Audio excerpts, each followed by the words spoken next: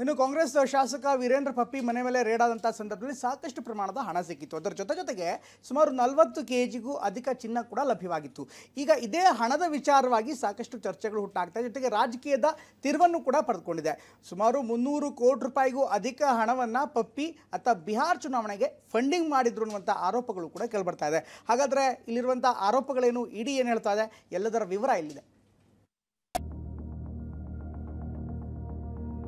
ಹಣ ಚೋರಿಗೆ, ಮನಿ ಚೋರಿಗೆ ರಾಹುಲ್ ಗಾಂಧಿ ಉತ್ತರ ಕೊಡಬೇಕು. ನಮ್ಮ ಬಿಹಾರಕ್ಕೆ ಪಪ್ಪಿಯವರೇನು ದುಡ್ಡು ಕೊಟ್ಟಿಲ್ಲ. ವೀರೇಂದ್ರ ಪಪ್ಪಿ ಚಿತ್ರದುರ್ಗ ವಿಧಾನಸಭಾ ಕ್ಷೇತ್ರದ ಕಾಂಗ್ರೆಸ್ ಶಾಸಕ. ಅಕ್ರಮ ಆನ್ಲೈನ್ ಗೇಮ್ ಕೇಸ್ ಸಂಬಂಧ ಸದ್ಯ ಇಡಿ ಇಕ್ಕಳದಲ್ಲಿ ಸಿಲುಕಿ ಜೈಲಿನಲ್ಲಿ ವಿಲವಿಲ ಅಂತ ಒದ್ದಾಡ್ತಿದ್ದಾರೆ.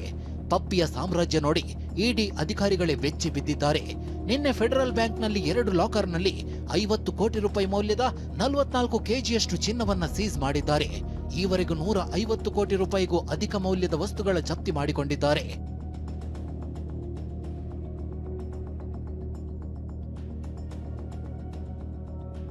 ಕೋಟಿ ಸಾಮ್ರಾಜ್ಯ ಕಟ್ಟಿಕೊಂಡಿರೋ ವೀರೇಂದ್ರ ಪಪ್ಪಿಯ ಪ್ಲಾನ್ ಏನಾಗಿತ್ತು, ಅದೆಂಥ ಷರತ್ತು ಹಾಕಿ ಹಣ ಹೂಡಿಕೆ ಮಾಡಲು ಪಪ್ಪಿ ರೆಡಿಯಾಗಿದ್ರು ಅನ್ನೋ ಎಕ್ಸ್ಕ್ಲೂಸಿವ್ ಮಾಹಿತಿಯನ್ನ ತೋರಿಸ್ತೀವಿ ನೋಡಿ.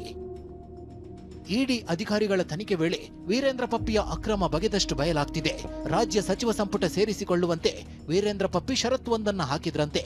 ಬಿಹಾರ ಚುನಾವಣೆಗೆ 300 ಕೋಟಿ ರೂಪಾಯಿ ಫಂಡ್ ಮಾಡಲು ಸಿದ್ಧವಾಗಿದ್ರು ಎನ್ನಲಾಗಿದೆ. ಕಾಂಗ್ರೆಸ್ ಹೈಕಮಾಂಡ್ಗೆ ಫಂಡಿಂಗ್ ಮಾಡಿ ತಾನು ಮಂತ್ರಿಯಾಗಲು ಪ್ಲಾನ್ ಮಾಡಿಕೊಂಡಿದ್ರು ಎನ್ನಲಾಗ್ತಿದೆ. ಆದ್ರೆ ಇಡಿ ದಾಳಿಯಿಂದ ವೀರೇಂದ್ರ ಪಪ್ಪಿಯ ಸಚಿವ ಸ್ಥಾನದ ಕನಸು ಭಗ್ನವಾಗಿದ್ದು ರಾಜಕೀಯ ಭವಿಷ್ಯಕ್ಕೆ ಬ್ರೇಕ್ ಬಿದ್ದಿದೆ ಎನ್ನಲಾಗಿದೆ. ಬಿಹಾರ ಚುನಾವಣೆ ಹೊತ್ತಲ್ಲಿ ಇಂತಹದ್ದೊಂದು ಸುದ್ದಿ ಹರಿದಾಡ್ತಿದ್ದು ವಿಪಕ್ಷ ಬಿಜೆಪಿಗೆ ಹೊಸ ಅಸ್ತ್ರ ಸಿಕ್ಕಂತಾಗಿದೆ. ಬಿಹಾರದ ಕಾಂಗ್ರೆಸ್ ಪಾರ್ಟಿಗೆ ಲಾಸ್ ಆಗಿದೆ. 100% ಇಷ್ಟು ಹಣನೂ ಕೂಡ ಬಿಹಾರದ ಕಾಂಗ್ರೆಸ್ ಚುನಾವಣೆಗೆ ಹೋಗ್ತಾ ಇತ್ತು. ಇವತ್ತು ರಾಹುಲ್ ಗಾಂಧಿ ಅವರು ಇದಕ್ಕೆ ಉತ್ತರ ಕೊಡಬೇಕು.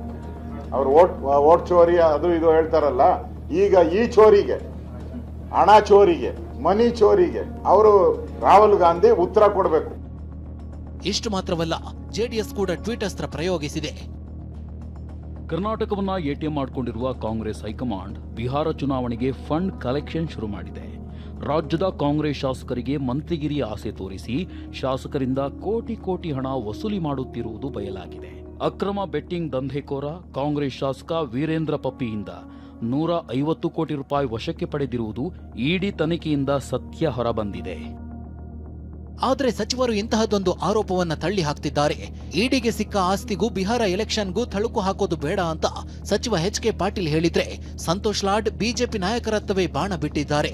ಬಿಹಾರ ಚುನಾವಣೆ ಕಾಂಗ್ರೆಸ್ ಪಕ್ಷಕ್ಕೆ ಇದನ್ನ ಯಾವುದೇ ರೀತಿಯಾಗಿರ್ತಕ್ಕಂಥ ತಳಕು ಹಾಕೋದೇನಿದೆ ಅದು ರಾಜಕಾರಣವೇ ಹೊರತು ಬೇರೆ ಏನಲ್ಲ. ಪಪ್ಪಿಯವರೇನು ದುಡ್ಡು ಕೊಟ್ಟಿಲ್ಲ, ನಮ್ಮ ಬಿಹಾರಕ್ಕೆ ದುಡ್ಡು ಕೊಟ್ಟಿಲ್ಲ. ಕೊಡ್ತಾರಲ್ಲ ಅವ್ರಿಗೆ ಹಿಡಿಬಹುದು, ಯಾಕಂದ್ರೆ ಆ ಶಕ್ತಿ ಅವ್ರ ಹತ್ರ ಇದೆ. ಪಪ್ಪಿ ಮೇಲಿನ ಇಡಿ ದಾಳಿ ರಾಜಕೀಯ ಪ್ರೇರಿತ ಅಂತ ಕಾಂಗ್ರೆಸ್ ನಾಯಕರು ಹೇಳ್ತಿದ್ರೆ, ರಾಜಕೀಯ ಭವಿಷ್ಯಕ್ಕೋಸ್ಕರವೇ ಪಪ್ಪಿ ಅಕ್ರಮ ಆಸ್ತಿ ಗಳಿಸಿದ್ದಾರೆಂಬ ಆರೋಪವನ್ನ ವಿಪಕ್ಷಗಳು ಮಾಡ್ತಿವೆ. ಅನಿಲ್ ಕಲ್ಕೆರೆ, ಟಿವಿ9 ಬೆಂಗಳೂರು.